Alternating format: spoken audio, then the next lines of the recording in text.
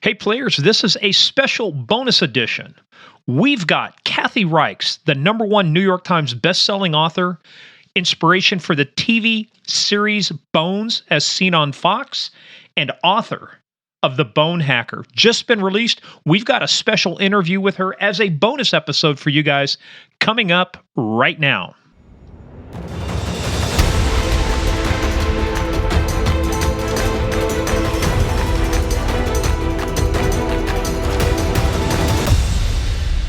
Hola, hola, hola, amigos, players, playerettes, dudettes, everybody in between. This is a bonus episode we're doing. Why are we doing this?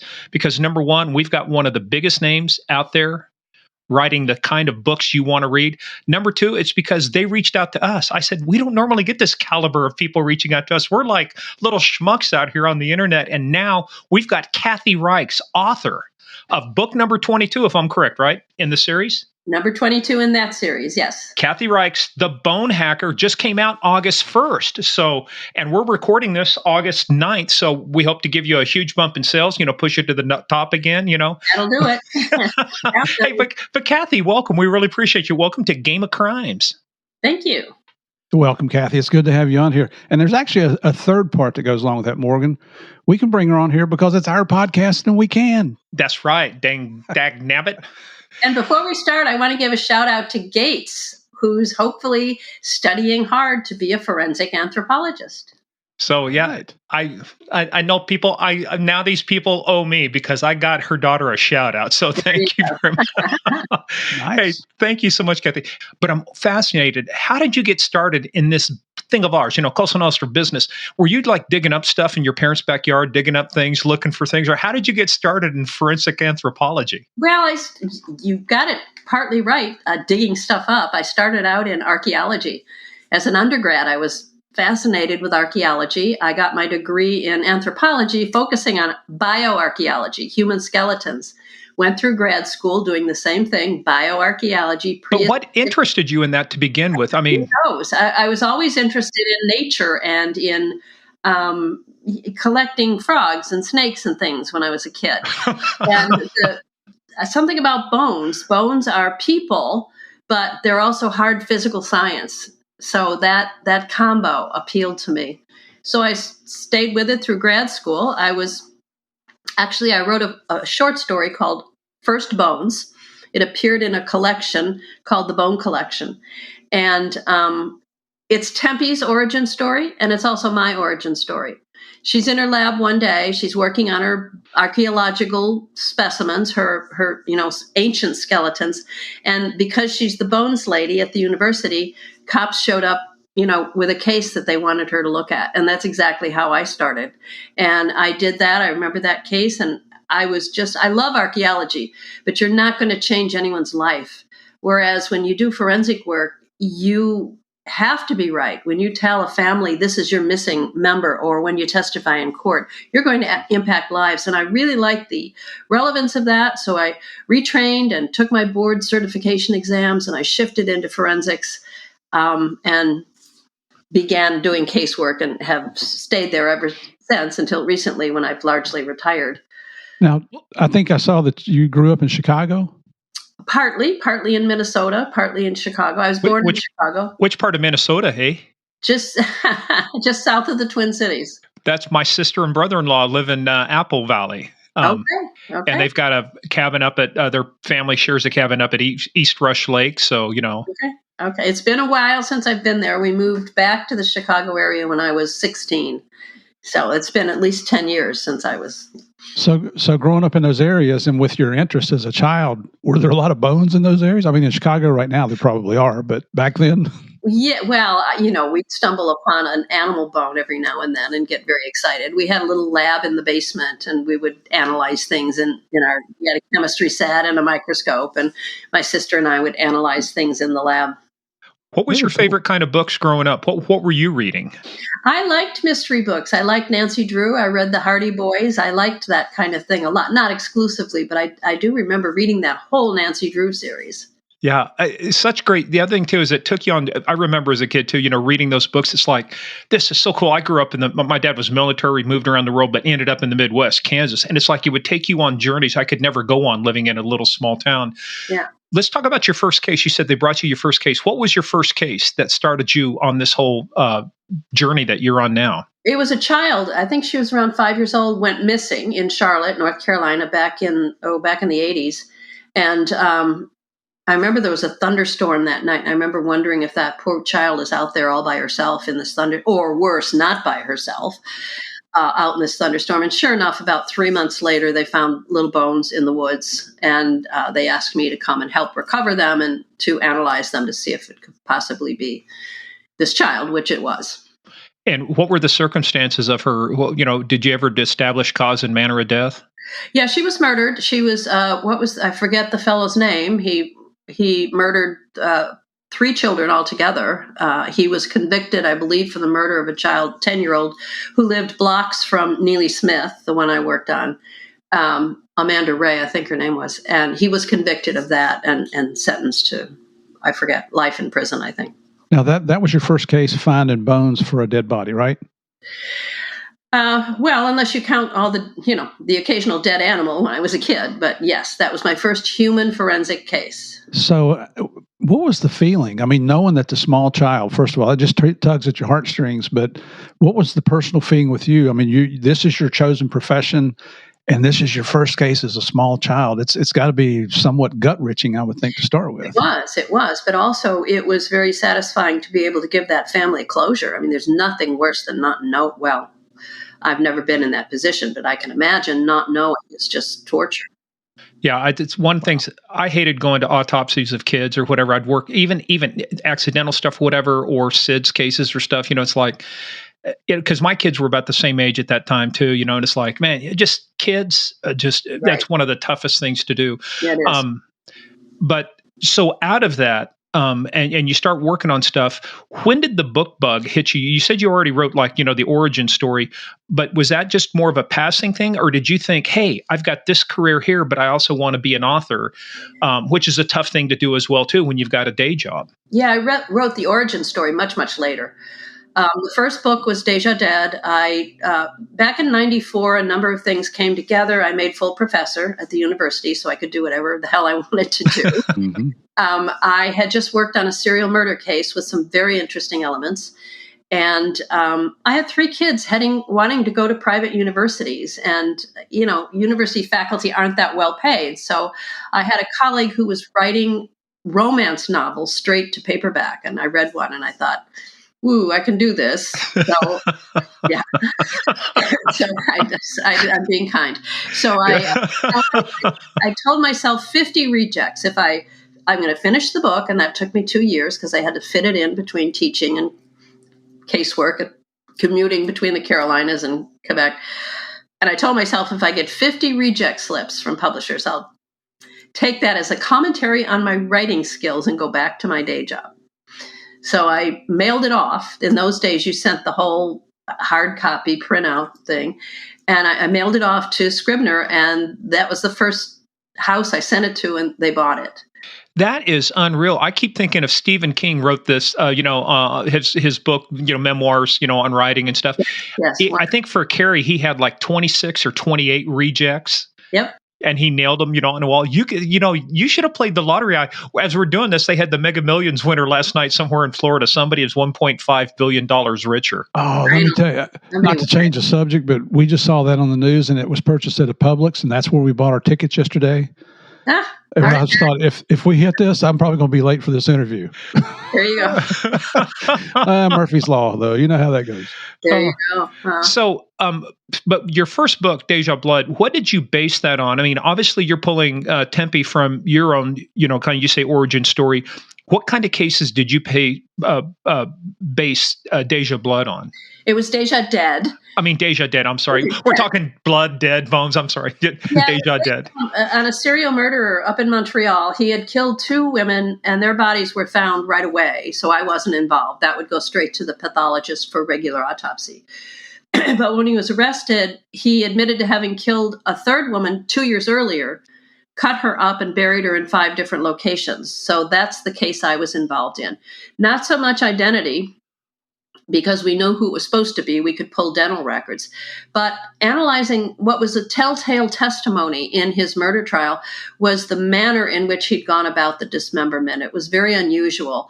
And I was able to say to the investigating officers, this guy, whoever this perp is, didn't know who it was but at that point, he knows his anatomy. He's either a butcher or he's a surgeon or something, orthopedist or something like that. And it turned out he had, Serge Archambault was his name. He had been a butcher for a long period of his colorful career. So that was a very interesting case. So I used that as the basis of changing all the names, the dates, the actual places. That was the basis for Déjà Dead.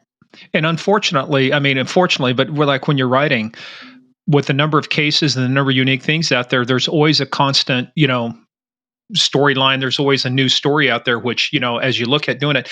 But you mentioned something, and both Steve and I keyed in on it. How the hell did you get into Montreal, Quebec? Parlez-vous français? Comment allez-vous? Ça va bien? Je parle. Pas bien. Je parle. Très bien. Yeah. How did that happen? Somewhere back in the day, I decided I wanted to learn French. So I went and sat in with my students on a French 101 class. Je m'appelle Kathy, that kind of thing. And shortly after, an offer came through a faculty meeting for something called NFE, National Faculty Exchange, whereby a professor from one institution changes places with a professor from another institution for a year. And there was a gentleman at one of the universities in Montreal who wanted to come to Charlotte, North Carolina. So I applied for that, and off I went with my one class of French 101 under my belt. And while I was there teaching at Concordia and McGill, the forensic lab, wanted someone who was board certified and could work in French. So I think there was a pool of one, and I got the job. And then at the end of that year, we just struck up an arrangement whereby I would go back and forth every 6 weeks or so and work on cases as they came in. Well, I've worked quite a lot with RCMP, OPP, folks like that, and I will tell you, Montreal, Quebec, they are a unique thing in and of themselves. C'est vrai. It's very true, yes. I was speaking at a Canadian Association of Chiefs of Police conference, and I'm talking to this gentleman who's going to be on the dais with me because we're both kind of doing a keynote, and we're talking English. But when he gets up there, he will not speak English. He will only speak French and had to have an interpreter. So, but it was so unique. But I have to tell you, rite of passage. When's the first time you ate poutine? I ate it once. That was enough. I did try it. Just looking at it, it's so unappealing. But oh my God, there's like 10,000 calories looking at it, 20,000 if you actually eat it. Yeah. Yeah. So as you started writing these books, what was the response on Déjà Dead? What kind of response did you get from the market or from like your publicist, your agent and stuff that encouraged you to start writing the rest of the series? Well, when I got the offer to buy Déjà Dead, it was for 2 books. It was a 2-book deal. So right out the door, I had a motivator to go ahead and write the second book. And both Déjà Dead and Death du Jour, the second book, they all had the first 5 books had a play on French in the title because Tempe was working in Quebec and in the United States, in the Carolinas. So they both did very well. They both made it onto the New York Times bestseller list. So the next contract, I think, was either for 2 more and then a contract for 5 more. So I was under contract, and therefore I was motivated to write a book every year. Was that your question? Yeah, no. Well, because the thing is, that takes a lot of work to do that. Did you contemplate giving up your professional career to just focus on writing, or how did you balance the two? That's a lot of work. I wrote the first 2 while I was still teaching full time at university. After the second one, they gave me a sabbatical, and you're allowed to have sabbatical in North Carolina for up to 6 or 7 years. So I was on sabbatical for 7 years, and then they just shifted my line to the chancellor's office for the next 10 years or more. So I was still on faculty, but I never taught after 1999 or so. So I was just writing and doing the forensic casework. And Go ahead, Steve. I'm sorry. Yeah. I was just looking over your credentials. Holy cow. I mean, I don't think I could read it in the whole podcast right here. There's so much. You are very impressive. You have a very impressive background, your education, your experience. Oh, thank you. Well, that's a very amazing. It keeps me off the streets, you know. Well, one thing that really kind of drew my attention is that you are one of only 100 forensic anthropologists ever certified by the American Board of Forensic Anthropology. And I'll tell you what, when I got your book, I had to look up and see what that forensic anthropologist. Sorry. Okay. But I learned. Yeah, there may be more than 100 now. I don't know. Some have passed the exam. Others have died. So I don't know where we are in numbers. When I got my certificate, it was number 36. That's how few of us there were. Wow. I bet I can just imagine the Mecklenburg Police Department in Charlotte love having access to you there right in the same city when you're in town. Yeah, I do a lot more work outside of my home jurisdiction, interestingly. But what is the farthest you've gone to do a case? One of the books I wrote, gosh, that's hard to say. One of the books I wrote, Guatemala. I went to Guatemala to help exhume a mass grave. I went to Afghanistan on a USO tour to thank the troops for their service. That wasn't really doing forensic anthropology work. One of the books is based in Yellowknife, way up in the Northwest Territories. If I go someplace and I find it interesting, then I will use that as a setting for a Temperance Brennan novel. So she's gotten around. I went to Israel. So one of the books, Crossbones, is set in Israel. So I've gone pretty far afield. Did you get a chance to spend some time in Jerusalem and Old Jerusalem and tour that? Almost exclusively, Masada and the caves where the scrolls were found, the Dead Sea Scrolls, the Quran, where the Dead Sea Scrolls were. Yeah, I spent 2 weeks just researching and traveling around and contemplating the plot. And the plot of Crossbones involves a little bit of biblical archaeology as well as forensics. How did, and not to change subject here, but you mentioned on a USO tour to Afghanistan. How did that come about, and how were you received? Because those are gratis trips, right? That was hard duty. I did two, one to Afghanistan and Kyrgyzstan, and one to Cuba, to Guantanamo. It was organized through the International Thriller Writers.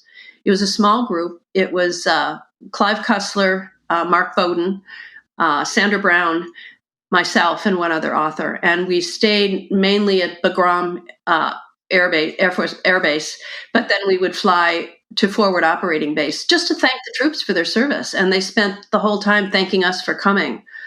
We spent a lot of time flying in Black Hawk helicopters and sitting next to Mark Bowden, who wrote Black Hawk Down. It was an interesting vibe. That's such an honorable thing that you did there. And I wasn't in the military, but thank you for doing that for our troops. That's very, very. That's one of the charities she supports is helping a hero. So I mean, this is us saluting you. Thank you for doing that. We still have a soft spot, obviously, for our military, and absolutely. So let's talk a little bit about this too, because we obviously want to talk about your book. It just came out August 1st. You've been on a pretty good clip, but what's very interesting is there's something we all have in common here. I don't know if you know this. So you were the inspiration for the Fox TV series Bones. Right. Your work, right? That's like one. I think it's now their longest running series. Is it? In the history of Fox, yeah, which is now Disney. But wow, yeah. Well, and Murph was the inspiration for Narcos on Netflix. So him and JP capturing Pablo Escobar. Spoiler, folks, Pablo's dead. But you always spoil it. I'm sorry, I got to do that. And I myself, I was the inspiration for Jack Bauer in 24. Oh, whoa! I think I just spit all over my computer. Who knew, right? Jack Bauer, by the way, Kiefer Sutherland is Canadian. Hey, Yeah, there are Canadians everywhere. Our executive producer and showrunner, Hart Hansen, for Bones, is Canadian. I actually had a chance to work with another long-running show, was America's Most Wanted. I was their technical advisor for like a year and a half, and one of the solutions I built, we actually got onto the 1000th episode. So, but they weren't long-running. I mean, Bones is long-running in terms of like seasons. They had like 1,100 episodes, I think, when they finally went off the air. But they were doing 40 to 45 episodes a year because they were doing it weekly. That's insane. We were doing it weekly, but we did 22 episodes a season. And heavy pace. Where was Bones filmed at? It was filmed in LA largely. We did one special kind of 2-part episode in London, but otherwise it was filmed on the Fox lot, about 75%, and then maybe 25% on locations in and around LA. And did you have to be on set for every filming? No, you have to be on set. I was there a lot, and I read every single script. They can just send them to you now electronically, but you have to be on set or on location if you're the writer, if you wrote that episode. And I did write a number of episodes over the course of the show. Wow, that's very time consuming. It is, and writing for television is very different in many ways from writing a novel. So how did this whole thing come about? How did the Temperance end up being on a Fox show? How did that whole TV thing come about and get to you? I was approached a number of times, and just none of the offers was really right. But then when I met with Hart Hansen and Barry Josephson, our 2 executive producers, we were just all on the same page. We wanted a character-based show. We didn't want to do another police procedural. We wanted to keep it plausible and as realistic as possible.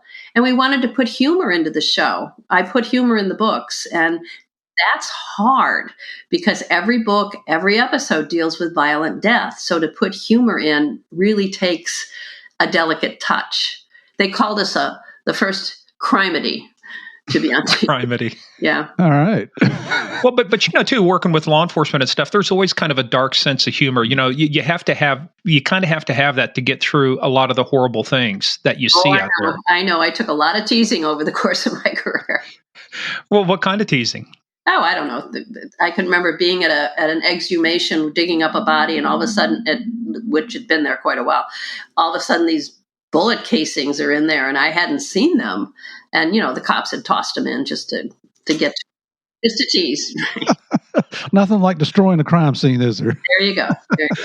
Oh, well, hey, so we also want to, like I said, we want to talk about your latest book, but as you build these things out, how tough has it been or I shouldn't say how tough, what's your process for keeping it fresh? I love your sense of humor, by the way, too. By the way, the French inspector that you deal with, in the beginning of the book. Yes. I've run into guys like that, too, and I know Murph has, too. Arrogant, I know better than you. Why is this not solved? You are ruining my weekend. You read your description of him.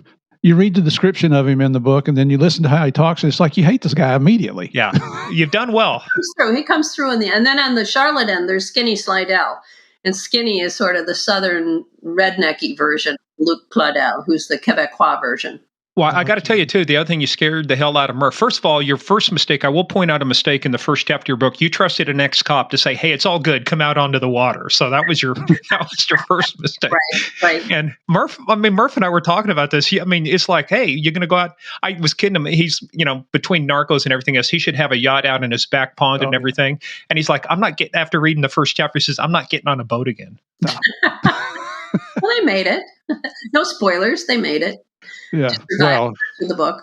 At the end, we found out about what really happens, and I'm not giving it up here, but I still don't want to go back out on the boat. Yeah. No. The story starts out. The guy that took it in the pants is the guy on the bridge. He's up on the Jacques Cartier Bridge, and he gets struck by lightning and falls into the river. And Tempe's asked to help retrieve him and identify him.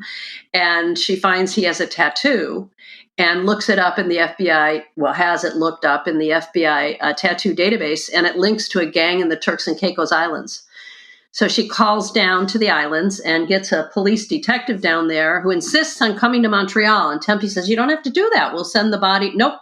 So she comes to Montreal because she has ulterior motives. She wants to persuade Tempe to go to the Turks and Caicos to help with a serial killer situation. They've got somebody who's grabbing young male tourists, killing them and hacking off their left hand. So the bone hacker. But as she's down there, the FBI becomes involved, and it becomes clear that there's cyber crime going on, that someone is hacking into phones and various types of Wi-Fi systems. So it's like see what I'm doing there? It's like a double play on Hacker. It's hacker double Murph. That's a double entendre, So Yes. And one of these days, I'm gonna reach through the screen, just snatch him right in No, you're in the not. side of the head. If you do, I've got the ultimate expert here to figure out the case and what happened to me. So, you know what? This has nothing to do with your book, but one of the things that I think helped with my enjoyment of reading it, I read it in less than 2 days. It's one of these, for our listeners, it's a book that you start, it's going to be real hard to put down. But my first undercover with DEA was in 1988, early 88, and we went from Fort Lauderdale to Providenciales in the Turks and Caicos Islands. I never even heard of these islands before. We took an undercover boat for 5 days to get down there, had some mechanical issues along the way, but just what a beautiful place. It's gorgeous. And ever since then, I've told my wife, you and I have got to go down to TCI and just vacation down there. But then after reading this book, I'm like, yeah, I don't know. I don't know. But what was that? There was a series too. I can't think of it was on one of the streaming services, but it was the island where it was kind of almost like a small Caribbean island, and everybody died every episode. I was trying to think of it as like that's Death in Paradise. Death in Paradise. That is a bad advertisement when you are a destination, tourist destination, to say, "Oh, come on down, man. We've got murders, but it's okay. We solve them." I've been to that island, and you can actually go visit the set, which is very small and very unimpressive. But you can actually go visit the set of the one-room police department. I think it was Saint Martinique or Saint Martin's or. I thought it was on a smaller island, but I meant, but the name of the police force there. Yeah, I don't know. Yeah. Anyway, but you bring up a good point. Years ago, it's probably 2012. I ran into he retired from the London Met, ended up becoming the commissioner or their chief down in TCI. I had a chat with him. He said it was like his dream retirement job because it was so easy to do. Yeah. But you bring up a very good point too, because they want these things solved because they rely, without tourism, Turks and Caicos, their entire economy, as we saw during COVID and other places, it would just implode. Mm-hmm. So when you were down there visiting, what was your first first of all, had you ever been to TCI before, or was this your first time when you were researching the book? No, that was my fourth time. My daughter got married down there. And where did you come up? So how did going down there come up with the idea for the Bone Hacker? What things led you to coming up with this plot for this story?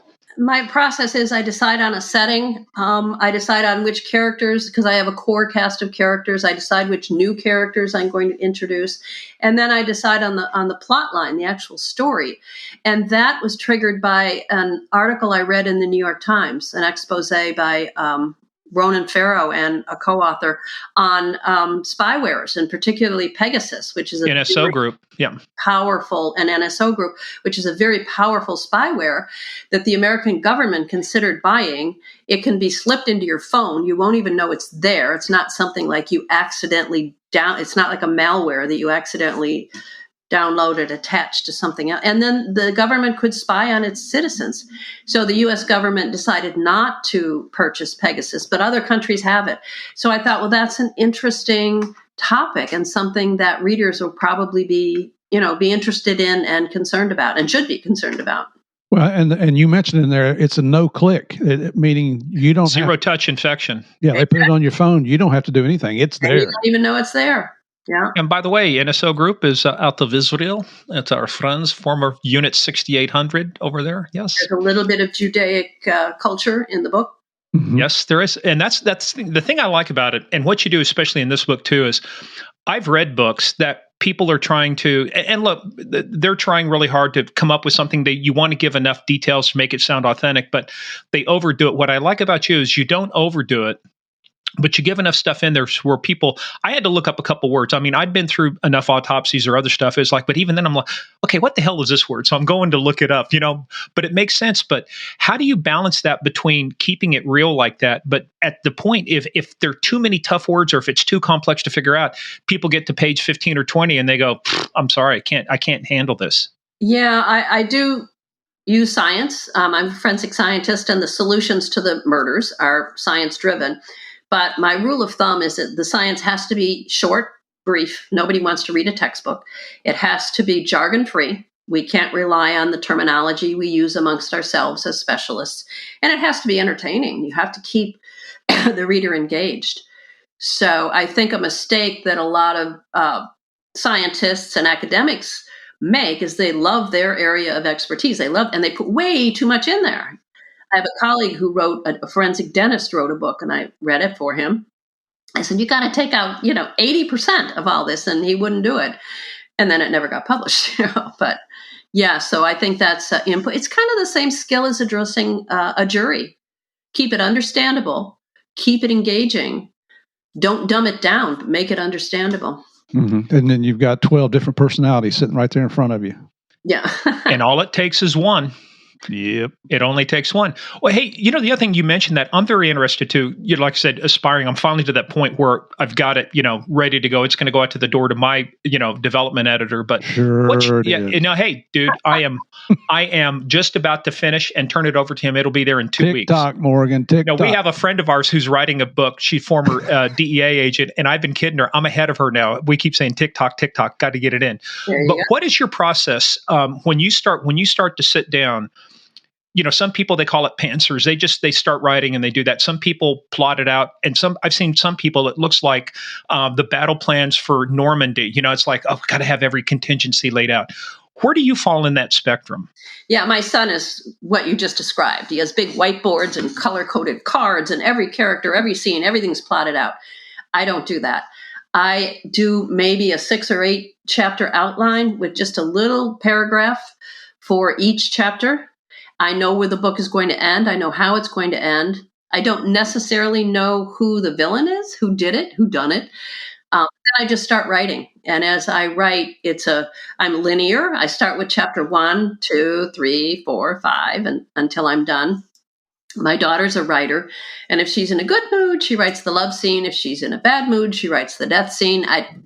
That's wrong. I can't do that. Oh, I love it. But it's feedback. And I keep a post-mortem outline. As I finish each chapter, I add it to the outline so that when I finish the book, I've got a complete outline of what happened when, if I need to go back and change something or check something or whatever. So how far along in the book are you before you figure out who the bad guy is? Or girl. True. To say that. Sometimes I'm well into it. Sometimes I'm 3/4 of the way through. And that's what you want to do, I think, as a thriller writer. You want to point the clues at various people so that your reader is guessing and trying to figure it out before you tell them. And if you don't know yet, it's probably a pretty good chance that you're going to surprise the reader at the end. And that's my job. When I read a thriller and I figure it out before the end, I'm disappointed in the writer. Yeah, and it's, and that's, as you read these type of books, that's especially when you're getting like into the last 25%, you're already thinking, okay, who's the bad guy? Who's the bad guy here? And you threw a little hitch in that one, so I'll just leave it at that. There's a nice little surprise. That's my job. Those twists, you got to have those plot twists, and sometimes they surprise me, and I think, oh, if that surprised me, that'll surprise the reader. Well, hell, if you haven't got it figured out by 75%, it's like, hell, I don't know who did it. Then you're writing and you go, that son of a bitch, I knew he was good for it. I was telling Kathy before, and Morgan here before we started recording, that I got to like the last 20 pages of the book, and this is where you're just so engrossed in it, you can't set it down because this is everything is coming together. And I had to get on a conference call, and it was just killing me that I had to put that book down.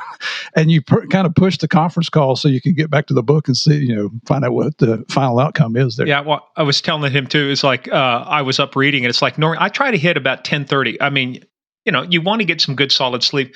It was 11:45, I think, 2 nights ago, and I'm still, God damn it, just yes, and I did my job. Well, that's the whole point. You did your job. It's the page turner. It's kind of what James Patterson talked about.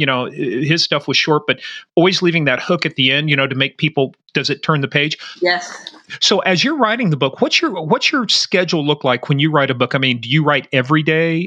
Do you have a word count? What does it look like from a structure standpoint? I don't do word counts. I've never thought in terms of word counts. I think more in terms of chapters. Like each chapter is going to be X number of pages with a certain font. The bigger the font, the quicker it goes. Mm-hmm.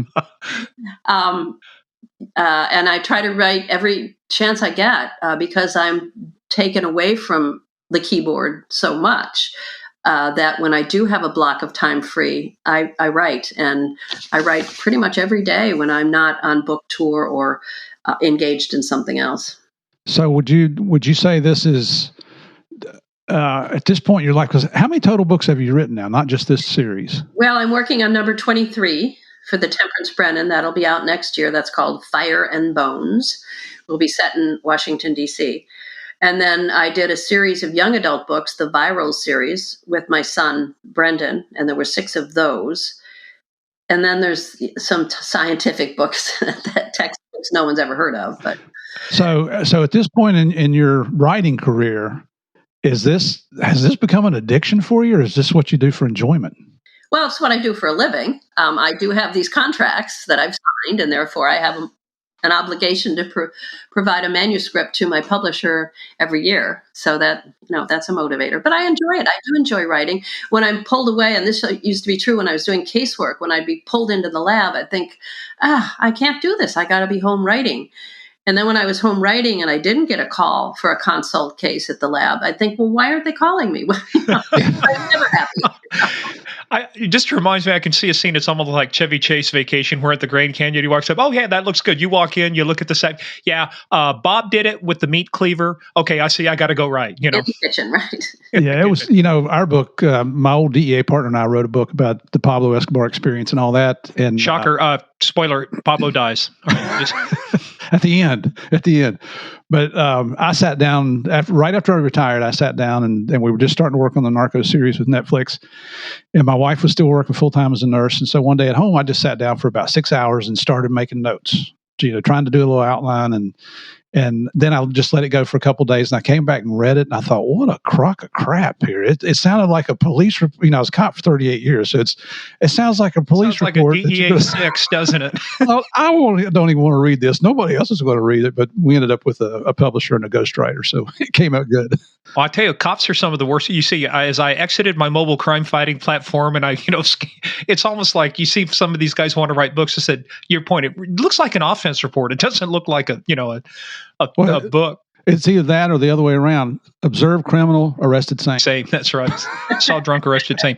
Hey, so for you, when you do a book, if you've got a good runway, how long does it take you from beginning to end to get that book done, to get your second draft done, let's say? Well, a year, but part of that is research. Part of that I'm still editing the previous year's book. If I sat down uninterrupted, I could probably write a book, I don't know, in 4 or 5 months, but I don't sit down uninterrupted. So it takes a year. How much of that time, you talked about research, how much, percentage of effort on this goes into research? Is that like the first 25% or something like that? I put in a big chunk of research at the beginning before I start writing. I've chosen what area of science I'm going to use.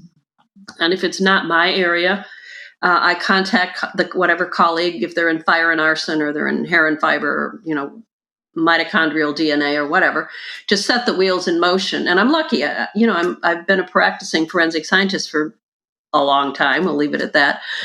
So I have a lot of colleagues and they're always willing to help me. So I set that in motion. They give me references. I read the references. So I do that big chunk of research before I start. But as I'm writing, I'm constantly researching, constantly going out to the net to check every little thing. Can she make a left-hand turn off, Boulevard René Lévesque or, whatever. Google Earth, Google Maps, those things are really neat because now you can go places that you would be prohibited from going. Like me, I'm not allowed in Russia. So it's like driving by GRU headquarters is not something you can do unless you get on Google Maps and you can say, oh, here's the tree line, here's this. Okay. Yeah, it's true. Hey, and so from your, your process of writing, when you mentioned you're coming out to Washington, D.C., speaking of where there's a lot of bodies buried out in the Capitol area, figuratively and literally, what interested you about D.C.? What made you pick that? Because that's like a lot of your angle is going to be unique because the way you approach the case. But D.C.'s been used for so many things, espionage, thrillers, political stuff. What's going to be, without giving it away, but what's going to be your take on D.C.? Well, it'll be from the point of view of a case that Tempe gets involved in. It starts out with a fire in Foggy Bottom, and she's going to end up, working with those victims, and they discover this subcellar which isn't on any of the plans, and what's that all about. And then it's going to bring in some of the history of the district and some of the things that went on in the district back, I don't know, from the 20s through the 50s. Yeah, State Department's there in Foggy Bottom. I think the old CIA headquarters used to be near Foggy Bottom as well. Yep. Yeah, I've read a lot of books, well, not a lot, but I've read a few books where the W&OD trail comes in and always plays a prominent part with finding bodies in the weeds and in the woods. And don't say that I ride that. I'm actually going out on the trail this afternoon on my bike to take a ride. Don't tell me that about bodies. Which trail is it? I'm sorry? The Washington and Old Dominion. It's an old railroad, and it starts actually in Alexandria and comes all the way through Fairfax County, Loudoun County, and terminates in Purcellville. Okay. W&OD is what everybody calls it. Yeah, it's about 45 miles one way. So I've done the round trip before, which is fun. We used to, when I was going through language school in D.C., that was our running trail to try to stay in shape. But it's very, very well known. Yeah, and you've got and then plus there's so many great trails out there. That's interesting because that's the thing people don't realize. There's so much hidden stuff in Washington D.C. and around this whole area. Days from the Cold War, from World War II. From when Lafayette helped build. And DuPont. I was just down at DuPont Circle Monday, actually, Steve, with Julie Redkay. We had I'll tell you about that later, but. Had a great, so there's so much history there. I love the way, like I said, you incorporate history, you incorporate these things. So let me ask you something, see if you know about this. I actually ran into this guy, I talked with him. Have you ever heard the name Dr. Arpad Voss? Oh, yes. Mm-hmm. Okay, yeah. He worked on a couple cases out here in Virginia. He got his patent for the quantum oscillator. And so what's really neat is you can identify, you take a drop of blood or, fingernails, anything that has DNA in it, you can locate things even from 20 years ago. Mm-hmm. And so looking at clandestine grave sites, these things, does any of that, has that or will that factor into any of your books? Uncertain at this point. Right now, not expecting to use that. My undergraduate job, I was a student at American University. My undergraduate job was on the tourmobiles that used to go around the Washington Monument, the Lincoln Memorial, the whole base, the what do you call it? The basin. What do you call it? The Potomac River Basin. Tidal Basin. Tidal Basin, that whole area. That was my job. So, and then my daughter lives there now. So I know the district pretty well. Yeah. And what part of the district is she in? Is she in D.C. or? In Northwest Washington, way up near, she owns two homes. One's in Mount Pleasant and one's up near Chevy Chase. It's a part of the district in the district called Chevy Chase in the district, I think. Got it. Yeah, our oldest daughter's still in Arlington. Okay. No, she's right in. And I'm in Loudoun County. So Murph, the traitorous bastard, moved on me about, a year and a half ago now? Almost 2 years. Almost 2 years. I'm in Orlando now. Oh, okay. Couldn't take it with me. So let's. Not many people can, Morgan. I know it's an acquired taste. So let's finish talking about the Bone Hacker here as we bring this to a close. So, I love the name Temperance Brenner because temperance to me it's almost like a 1920s name. It's like as you come up with this, was that a name from your past? I did a program called Semester at Sea. Years ago. It's a ship that goes around the world. I think it's now out of Virginia. It was out of Pitt at the time. And there was a student on board named Tempe. And I just liked the name Tempe. But since my character is a good Irish Catholic girl, she had to have a full baptismal name. So I elongated it to Temperance. The Katie character is kind of a composite between my two daughters. So I didn't want my son to be left out. His name is Brendan. So that's where Brennan comes from. So that's the Temperance Brennan. Oh, cool. Nice. See, these are inside facts nobody will ever know about unless they listen to Game of Crimes. That's right. Hey, well, the other thing, too, is when you launch a book, too, kind of tell us about that, too, because one of our friends, the guy that's working with me, he just launched his second, but he wrote, do you know Ryan Steck?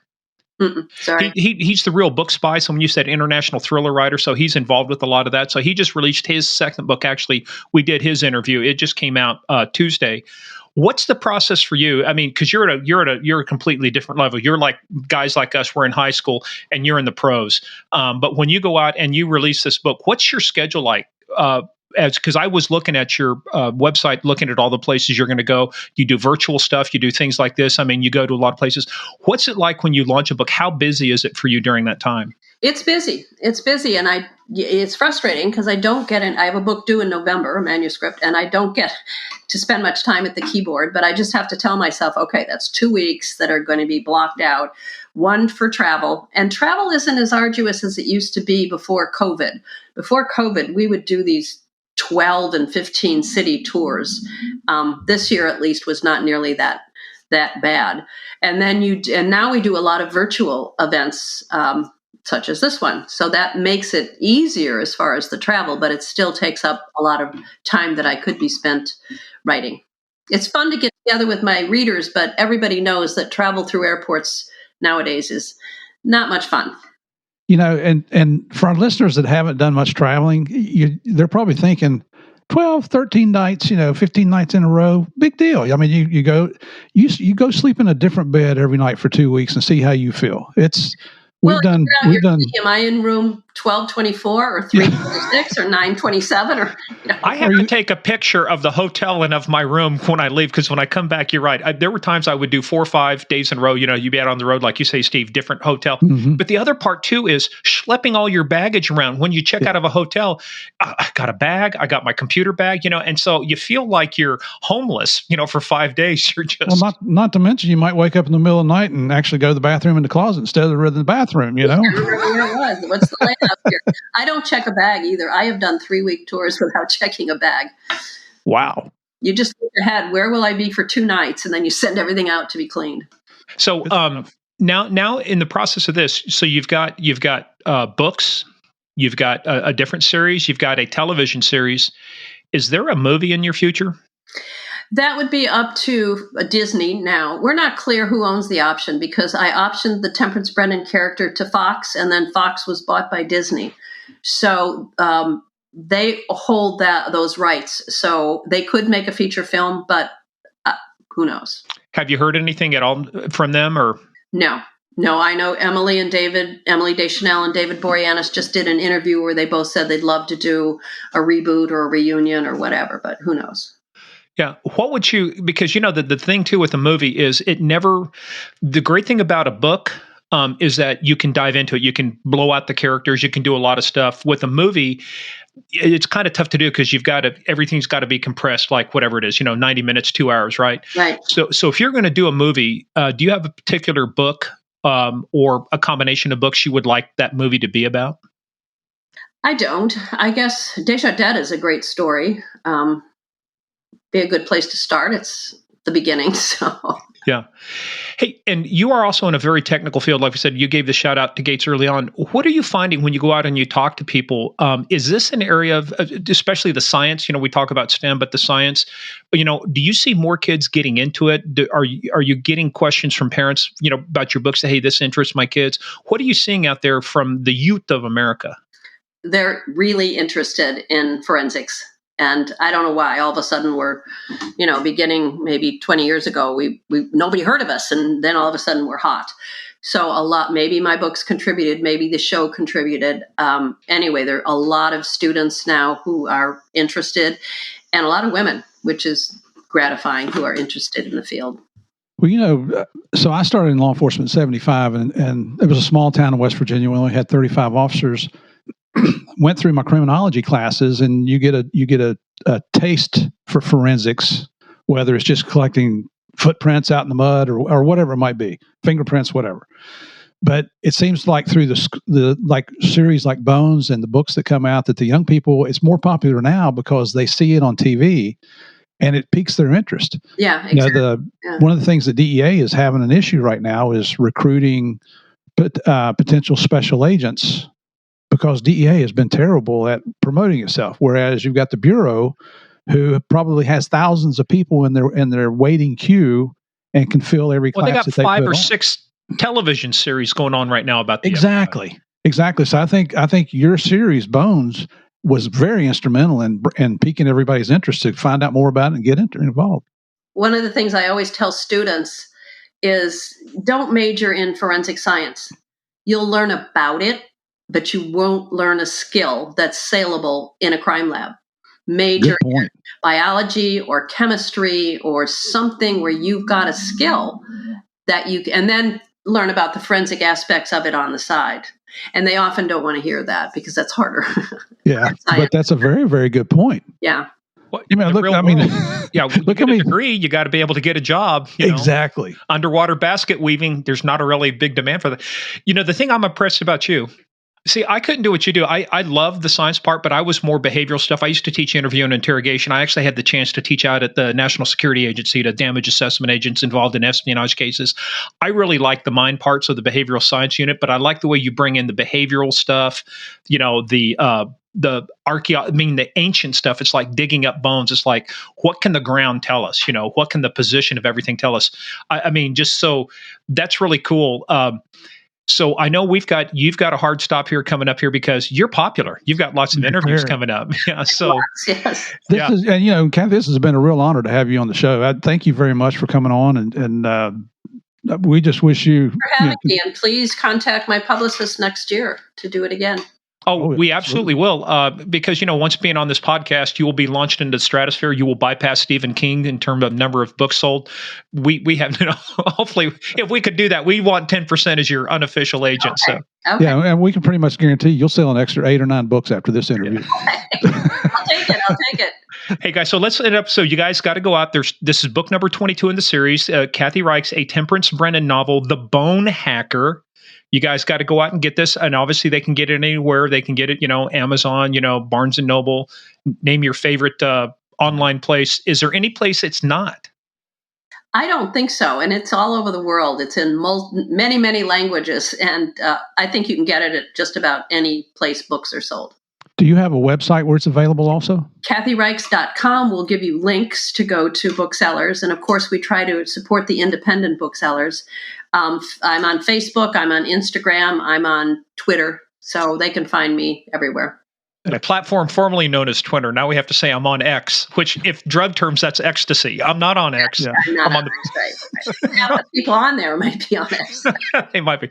Hey, well, Kathy, we can't tell you. First of all, thank your publicist. We're honored that you guys reached out to us. Yes. We're honored that you shared some time with us. Best of luck on this stuff. And if you do put a movie together, don't give away the ending. Don't make it about Pablo Escobar because he's dead. So I've heard.